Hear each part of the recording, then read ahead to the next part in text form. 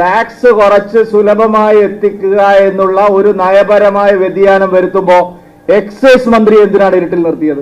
കർണാടക കേന്ദ്രീകരിച്ചുള്ള മദ്യ ലോബിയും തെലങ്കാന കേന്ദ്രീകരിച്ചുള്ള മിനറൽസിന്റെ ലോബിയും മുഖ്യമന്ത്രിയുമായി ചേർന്ന് വല്ല ധാരണയിലും എത്തിയിട്ടുണ്ടോ? മദ്യനയത്തിൽ കാതലായ മാറ്റം വരുത്തിയത് UDF അറിഞ്ഞിട്ടാണോ? മുസ്ലിം ലീഗിനും UDF-ലെ ഘടകകക്ഷികൾക്കും ഈ കാര്യത്തിലുള്ള നിലപാട് എന്താണ്? എല്ലാ വിഭാഗം ജനങ്ങളുമായിട്ട് ചർച്ച ചെയ്യേണ്ട ഒരു വിഷയത്തിൽ എന്തിനാണ് അടിയന്തരമായിട്ട് തീരുമാനമെടുത്തത്? പുതിയ സർക്കാരിന്റെ മദ്യനയം വലിയ തോതിലുള്ള അഴിമതി ലക്ഷ്യം വെച്ചുകൊണ്ട്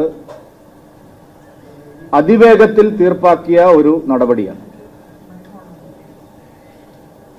ദൂരവ്യാപകമായ സാമൂഹ്യ പ്രത്യാഘാതങ്ങൾ ഉണ്ടാക്കുന്ന ഒരു നടപടിയാണ് ഇത് എന്നുള്ളത് നിസ്സംശയം പറയാൻ സാധിക്കും. ഒന്നാമത്തെ കാര്യം, വീര്യം കുറഞ്ഞ മദ്യം വില കുറച്ച് സുലഭമായി നാട്ടിൽ കിട്ടുമ്പോൾ അതിന് വലിയൊരു സാമൂഹ്യ പ്രത്യാഘാതമുണ്ട്. കൗമാരപ്രായക്കാർ, സ്ത്രീകൾ, അങ്ങനെ പല ആളുകൾക്കും, പല വിഭാഗത്തിനും ഇപ്പോൾ തന്നെ കേരളത്തിൽ മദ്യവുമായി ബന്ധപ്പെട്ട വലിയ ചർച്ചകൾ നടന്നുകൊണ്ടിരിക്കുക. കൂടുതൽ കൗമാരപ്രായക്കാരെയും സ്ത്രീകളെയും അടക്കം മദ്യാസക്തിയിലേക്ക് എത്തിക്കുക എന്നുള്ള വലിയൊരു സാമൂഹ്യ പ്രത്യാഘാതം ഈ ദുരൂഹമായ നടപടി വിളിച്ചു വരുത്തുന്നുണ്ട്. അതേസമയം ഗുരുതരമായ അഴിമതി ആരോപണങ്ങൾ ഇതുമായി ബന്ധപ്പെട്ട് ഉയർന്നു വരികയാണ്. മിസൈൽ വേഗത്തിലാണ് ഈ ഫയൽ മുഖ്യമന്ത്രി സത്യപ്രതിജ്ഞ ചെയ്ത ഉടനെ തീർപ്പാക്കിയത്. സത്യപ്രതിജ്ഞ ചെയ്ത് ഏതാനും ദിവസങ്ങൾക്കകം ഫയൽ മുഖ്യമന്ത്രിയുടെ മുമ്പിൽ വന്നു എന്നുള്ളതാണ്. ഒരു പ്രധാനപ്പെട്ട മദ്യ കമ്പനി അവരുടെ അപേക്ഷയുടെ ഫയൽ തീർപ്പാക്കാൻ ഒരു ചർച്ചയും ഉണ്ടായില്ല. മദ്യനയം പോലെ വിശദമായ ചർച്ച ആവശ്യമുള്ള ഒരു പ്രശ്നത്തിൽ മുഖ്യമന്ത്രി മാത്രം ഒറ്റയ്ക്ക്, മറ്റാരുമില്ലാതെ ഫയൽ തീർപ്പാക്കുന്നു. ബജറ്റിൽ പ്രഖ്യാപനങ്ങൾ വരുന്നു. ഇന്ദിരാഗാന്ധിയിൽ മുഖ്യമന്ത്രി പറഞ്ഞത് പല കാര്യങ്ങളും ചർച്ച വേണമെന്നാണ്. കോളേജ് പെൺകുട്ടികൾക്ക് 1000 ഉറുപ്പ്യ കൊടുക്കുന്നതിനെ കുറിച്ച് പറഞ്ഞപ്പോൾ ചർച്ച വേണമെന്ന് പറഞ്ഞു. സ്ത്രീകൾക്ക് 1500 ഉറുപ്പ്യ മാസം കൊടുത്തുകൊണ്ടിരിക്കുന്നത് തുടരണോ വേണ്ടേ എന്നുള്ളതിനെ കുറിച്ച് ചർച്ച വേണമെന്ന് പറഞ്ഞു. 25 ലക്ഷം രൂപയുടെ ഇൻഷുറൻസ് സ്കീം നടപ്പാക്കുന്നതിനെ കുറിച്ച് വിശദമായ ചർച്ച വേണമെന്ന് പറഞ്ഞു. സ്ത്രീകളുടെ സൗജന്യ ബസ് യാത്ര 100 ദിവസം പരീക്ഷണാടിസ്ഥാനത്തിൽ നടപ്പാക്കി വിശദമായ ചർച്ചയോടെ അത് നടപ്പാക്കുമെന്നാണ് പറഞ്ഞിരിക്കുന്നത്. അപ്പൊ ഇന്ദിരാ ഗ്യാരണ്ടിയിൽ പറഞ്ഞ കാര്യങ്ങൾ നടപ്പാക്കാൻ, സർക്കാർ പ്രകടന പത്രികയിൽ വാഗ്ദാനം നൽകിയ കാര്യങ്ങൾ നടപ്പാക്കാൻ വിശദമായ ചർച്ച വേണം എന്ന് പറഞ്ഞ മുഖ്യമന്ത്രി മദ്യനയം പോലെ എല്ലാ വിഭാഗം ജനങ്ങളുമായിട്ട് ചർച്ച ചെയ്യേണ്ട ഒരു വിഷയത്തിൽ എന്തിനാണ് അടിയന്തരമായിട്ട് തീരുമാനമെടുത്തത്? ദുരൂഹമാണ് മുഖ്യമന്ത്രി ശ്രീ VD സതീശന്റെ ഈ നടപടി. ഈ ബജറ്റിൽ 2 കാര്യങ്ങളിൽ ഒരു ചർച്ചയുമില്ലാതെ, പാർട്ടിക്കകത്തോ മുന്നണിക്കകത്തോ മന്ത്രിസഭയിലോ ഒരു ചർച്ചയുമില്ലാതെ മുഖ്യമന്ത്രി 2 കാര്യങ്ങൾ സ്വയം പ്രഖ്യാപിച്ചു. ഒന്ന് ഈ മദ്യനയത്തിന്റെ കാര്യത്തിലാണ്, മറ്റൊന്ന് മിനറൽസിന്റെ കാര്യത്തിലാണ്, കരിമണൽ ഖനനം പോലുള്ള കാര്യങ്ങളിൽ. ഇപ്പോഴാണ് ജനങ്ങൾക്കൊരു സംശയം, എന്തിനായിരുന്നു ഈ ദുരൂഹമായ മംഗലാപുരം യാത്രയും കർണാടകയിലേക്കുള്ള ഇടയ്ക്കിടയ്ക്കുള്ള യാത്രകളും? കർണാടക കേന്ദ്രീകരിച്ചുള്ള മദ്യ ലോബിയും തെലങ്കാന കേന്ദ്രീകരിച്ചുള്ള മിനറൽസിന്റെ ലോബിയും മുഖ്യമന്ത്രിയുമായി ചേർന്ന് വല്ല ധാരണയിലും എത്തിയിട്ടുണ്ടോ? ഈ സംശയം ആളുകൾക്കുണ്ട്.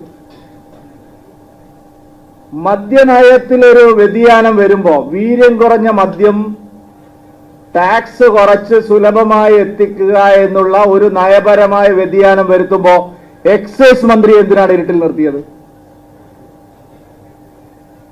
KPCC പ്രസിഡന്റിനോടോ ആഭ്യന്തരമന്ത്രിയോടോ മന്ത്രിസഭയിലെ മറ്റ് നേതാക്കളോടോ ഹൈക്കമാൻഡിനോടോ ഒന്നും ചോദിച്ചില്ല. അവിടെ ഇരിക്കട്ടെ. മദ്യനയത്തിൽ അന്തിമമായി സംസാരിക്കേണ്ട, തീർപ്പ് പറയേണ്ട എക്സൈസ് മന്ത്രി അറിയാതെ എന്തിനാണ് മദ്യനയത്തിൽ മാറ്റം വരുത്തിയത്? എക്സൈസ് മന്ത്രി അറിഞ്ഞിരുന്നെങ്കിൽ എന്തെങ്കിലും തടസ്സം ഇതിലുണ്ടാവുമായിരുന്നോ? എക്സൈസ് വകുപ്പിനെ, എക്സൈസ് മന്ത്രിയെ ഇരുട്ടിൽ നിർത്തി ഇങ്ങനെ ഒരു നയപരമായ തീരുമാനം, അതും ഒരു യൂട്ടേൺ ആണ്. LDF മദ്യം സുലഭമാക്കിയപ്പോൾ അതിനെതിരെ ശക്തമായ സമരം നടത്തിയ ആളാണ്, പ്രതിഷേധം പറഞ്ഞ ആളാണ് അന്നത്തെ പ്രതിപക്ഷ നേതാവ്, ഇന്നത്തെ മുഖ്യമന്ത്രി ശ്രീ വി ഡി സതീശൻ. LDF ഗവൺമെന്റ് ഇഷ്ടം പോലെ ബാറുകൾ അനുവദിച്ചപ്പോ, ബാറുകളുടെ സമയം നീട്ടിക്കൊടുത്തപ്പോ ശക്തമായ വാചക കസരത്ത് നടത്തിയ അന്നത്തെ പ്രതിപക്ഷ നേതാവ് ഇത്രയും പ്രധാനപ്പെട്ട ഒരു വ്യതിയാനം, ചെറിയ കാര്യമല്ല ഇത്, വീര്യം കുറഞ്ഞ മദ്യത്തിന് ടാക്സ് കുറയ്ക്കുക എന്നുള്ള, അത് സുലഭമായി ലഭ്യമാക്കുക എന്നുള്ള വളരെ പ്രധാനപ്പെട്ട ഒരു നയവ്യതിയാനം വരുത്തുമ്പോൾ ഒരാളും അറിഞ്ഞില്ല എന്ന് പറഞ്ഞാൽ അതിൽ ദുരൂഹതയുണ്ട്. അഴിമതി ലക്ഷ്യം വെച്ചുകൊണ്ടാണ്. വി ഡി സതീശന്റെ പഴയ ട്രാക്ക് റെക്കോർഡ് നോക്കിയാൽ സംശയം വളരെ ശക്തമാണ്. VM സുധീരനെ പോലുള്ള പൊളിറ്റിക്കൽ മെന്റേഴ്സ് ഉണ്ടല്ലോ ഇയാളുടെ, മുഖ്യമന്ത്രിയാക്കാൻ ഓടി നടന്ന VM സുധീരന് ഇക്കാര്യത്തിൽ എന്താണ് പറയാനുള്ളത്? കോൺഗ്രസ് ഹൈക്കമാൻഡിന് ഇക്കാര്യത്തിൽ എന്താണ് പറയാനുള്ളത്?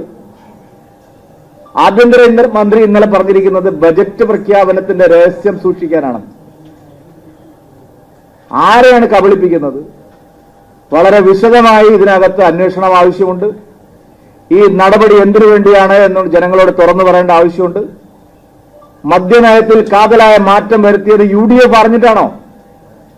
മുസ്ലിം ലീഗിനും UDFിലെ ഘടകകക്ഷികൾക്കും ഈ കാര്യത്തിലുള്ള നിലപാട് എന്താണ്? വി ഡി സതീശനെ മുഖ്യമന്ത്രിയാക്കാൻ അഹോരാത്രം പരിശ്രമിച്ച മതസാമുദായിക സംഘടനകളുടെ നിലപാട് എന്താണ്? UDFിലെ ഘടകകക്ഷികളായിട്ട് ലീഗിന്റെ അടക്കമുള്ള നിലപാട് എന്താണ്? സത്യത്തിൽ വി ഡി സതീശൻ UDFിനെ ഒരു യൂട്ടേൺ ഡെമോക്രാറ്റിക് ഫ്രണ്ടാക്കി മാറ്റിയിരിക്കുകയാണ്. ഇപ്പൊ എല്ലാത്തിലും യൂട്ടേൺ ആണ്.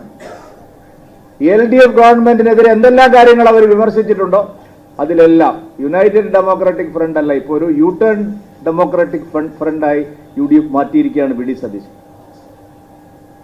അഴിമതി ആരോപണം ഉയർന്നു വരുന്നുണ്ട്. കർണാടകയും തെലങ്കാനയുമായിട്ടുള്ള ദുരൂഹമായ ബന്ധങ്ങൾ ഇക്കാര്യത്തിൽ സംശയത്തിന്റെ നിഴലിലാണ്. ഇങ്ങനെ ഒരു നയം മാറ്റം മുഖ്യമന്ത്രി വി ഡി സതീശൻ മാത്രം അറിഞ്ഞുകൊണ്ട് എന്തിനു നടത്തി? ചോദ്യം വളരെ പ്രസക്തമാണ്. 4 ദിവസം കൊണ്ടൊരു ഫയൽ തീർപ്പാക്കുന്നു. വൻകിട മദ്യ കമ്പനികളെ സഹായിക്കാൻ, അല്ലെങ്കിൽ പിന്നെ നാട്ടുകാരെ സഹായിക്കാനാണോ?